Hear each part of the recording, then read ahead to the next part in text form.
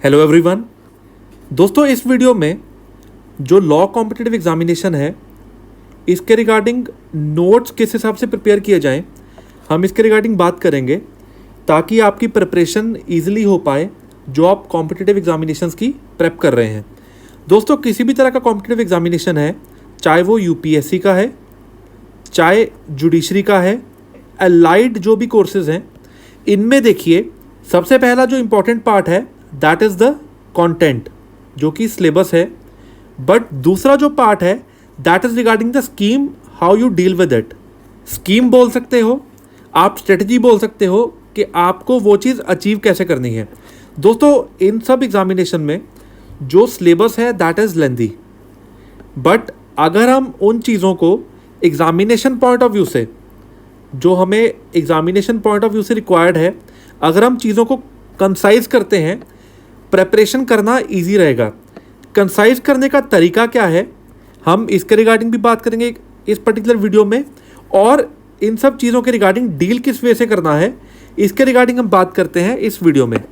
देखिए दोस्तों, जो बेयर एक्ट है दैट मीन्स आपको स्पेसिफिक नोट्स पे वर्क करना पड़ेगा कि पूरे का पूरा जो एलिमेंट है पहले आपका प्रिपेयर्ड रहना चाहिए एग्जामिनेशन के लिए। ठीक है, अब नोट्स प्रिपेयर किस वे से कर सकते हैं दोस्तों, यहाँ पर जो सबसे इंपॉर्टेंट एरिया है that is the bare act. ठीक है, जो बेयर एक्ट है इसमें इंडेक्स किस हिसाब से प्रिपेयर किया जाए, काफ़ी वीडियोस डिस्क्रिप्शन बॉक्स में प्रोवाइड की हैं, आप एक बार उन वीडियोस को चेक कर सकते हैं। ठीक है, और ये जो पूरा बेयर एक्ट है इसमें आपको दो चीज़ों पे वर्क करना है। पहला, जो बेयर एक्ट का पूरा कंटेंट है, ठीक है।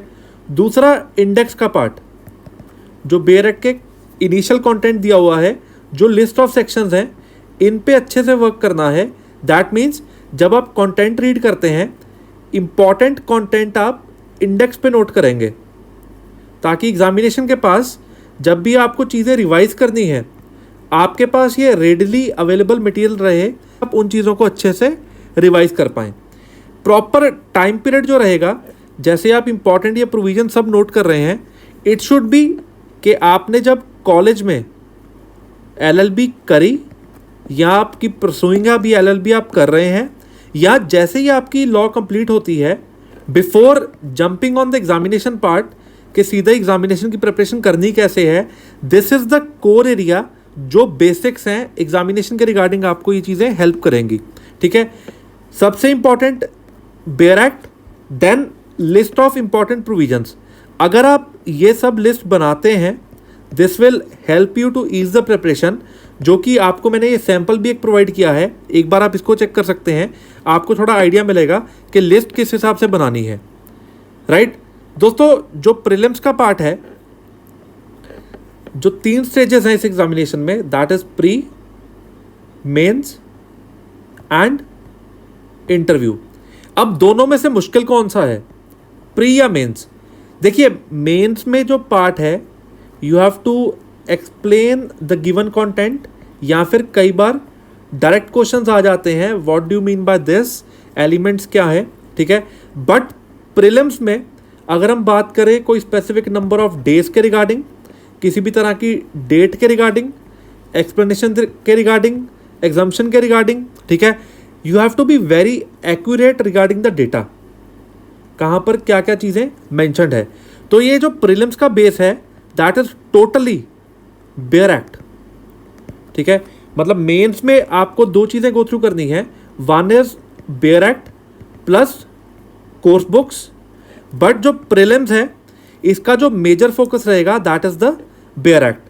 ठीक है, कोर्स बुक का बेनिफिट ये रहता है, जैसे आप देखिए किसी भी तरह के मैगजीम्स हैं या कोई एक्सप्लेनेशन वाला पार्ट है, जो इंपॉर्टेंट प्रोविजंस हैं, ठीक है, ये सारा आप मार्क करेंगे फ्रॉम द कोर्स बुक, जो कि आपको अल्टीमेटली बेयर एक्ट पे एक बार मार्क करना है, ताकि जब आप प्रीलिम्स की तैयारी करते हैं you can go through the content very wisely. ठीक है, आपकी कोई भी चीज़ छूटनी नहीं चाहिए as far as prelims is concerned. ठीक है दोस्तों, यहाँ पर एक बहुत इंपॉर्टेंट चीज़ that is the language part. ठीक है, लैंग्वेज 2 मेजर पार्ट आ गए, one is English plus regional part. ठीक है, बट इनमें दोनों में अच्छा स्कोर करना ज़रूरी है। इसके रिगार्डिंग कुछ इंपॉर्टेंट वीडियोस भी प्रोवाइड की हैं डिस्क्रिप्शन बॉक्स में, आप एक बार वो पार्ट चेक कर सकते हैं। बट दोस्तों इस चीज़ को समझिए, लॉ को आप कुछ दिनों में, कुछ महीनों में याद कर सकते हैं, ठीक है, बट जो लैंग्वेज है वो 10, 12, 15, 20 दिन में इंप्रूव नहीं होगी।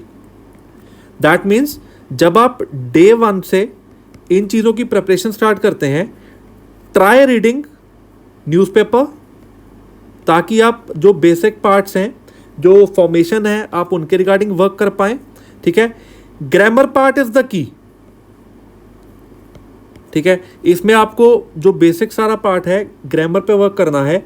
रीज़न क्या है, अगर स्पेसिफिक स्टेट्स में ऐसे राइटिंग कुछ स्टेट्स में 50 मार्क्स का है, कुछ में 75 एंड इवन 100 मार्क्स का भी है, जैसे कि पंजाब में। इन सब चीज़ों का ध्यान रखना है कि अगर आपकी ग्रामर वीक होगी, दैट मीन्स ऐसे पार्ट में सेंटेंस फॉर्मेशन में कोई मिस्टेक रह सकती है। तो आपको ऐसे इंप्रूव करने के लिए भी जो स्ट्रेटजी होगी, that is the basic part of grammar. तो आप टेंसेस पे, वर्ब्स पे, नाउन पे, जो भी ग्रामर का पार्ट है, इन सब चीज़ों पे वर्क करेंगे, ताकि आप जो ऐसे में लिखेंगे, जो आप डिलीवर करना चाहते हैं, वहाँ पर कोई भी मिस्टेक नहीं होनी चाहिए, ठीक है। You have to improve that in long run. उसके बाद दोस्तों कई बार जो एग्जामिनेशन में एरर्स के रिगार्डिंग पुट किया जाता है कि आपको सेंटेंस फॉर्मेशन दी है, उसमें एरर डिटेक्ट करके सेंटेंस को करेक्ट करना है। अगर आप ग्रामर पे वर्क करेंगे, ईजिली आप इन चीज़ों को स्कोर कर पाएंगे अच्छा, ठीक है। उसके बाद कुछ स्पेसिफिक वर्ड्स जिनके मीनिंग पुट किए जाते हैं, इंपॉर्टेंट वर्ड्स की कुछ वीडियोस भी प्रोवाइड की हैं डिस्क्रिप्शन बॉक्स में, आप उनको भी चेक कर सकते हैं। और आपका एक टारगेट होना चाहिए कि अगर आपको लैंग्वेज इंप्रूव करनी है, कम से कम रोज़ के 5 to 10 वर्ड्स आपको नए वर्ड्स याद करने चाहिए। 250 या 300 वर्ड्स आपको ये आने चाहिए जो कि आप यूज़ कर पाओ अपने ऐसे में। That should be good words, जो कि वोकैब का पार्ट है। अगर आप इन वर्ड्स को यूज़ करोगे, आपका स्कोर इंप्रूव होगा एग्जामिनेशन में। अब जो लास्ट पार्ट है, that is regarding the revision. दोस्तों अगर आप कंटेंट गो थ्रू करोगे और आपने बहुत कुछ पढ़ लिया, बट अगर आप इन चीज़ों को रिवाइज नहीं करते, विद पैसेज ऑफ टाइम ये चीज़ें भूलती चली जाएंगी। सो ट्राई योर बेस्ट कि जब भी आप इन चीज़ों पे वर्क करते हो, जो भी आप नोट्स बनाते हो, प्रीलिम्स का कंटेंट तैयार करते हो, बेयर एक्ट पे आप कंटेंट मार्क करते हो, चाहे वो लैंग्वेज का पार्ट ही क्यों नहीं है, try to revise it regularly. Maximum interval जो होना चाहिए, दैट इज़ कम से कम आप 10-12 दिन में एक बार जो कंटेंट रीड कर चुके हो, उन सब चीज़ों को रिवाइज करो, ताकि एग्जामिनेशन तक आपको ये सब चीज़ें अच्छे से याद हो जाएं और आप एग्जामिनेशन में जाके ये सब चीज़ें डिलीवर कर पाओ। दोस्तों होप ये प्रिपरेशन के रिगार्डिंग वीडियोस आपको अच्छी लग रही हैं। कमेंट बॉक्स में अपना कमेंट ज़रूर दीजिए, चैनल को सब्सक्राइब करना ना भूलें और बेल आइकन क्लिक करें, ताकि जब भी नया वीडियो पोस्ट किया जाएगा आपको उसके रिगार्डिंग अपडेट मिल पाएगा साथ के साथ। Thanks a lot for watching this video.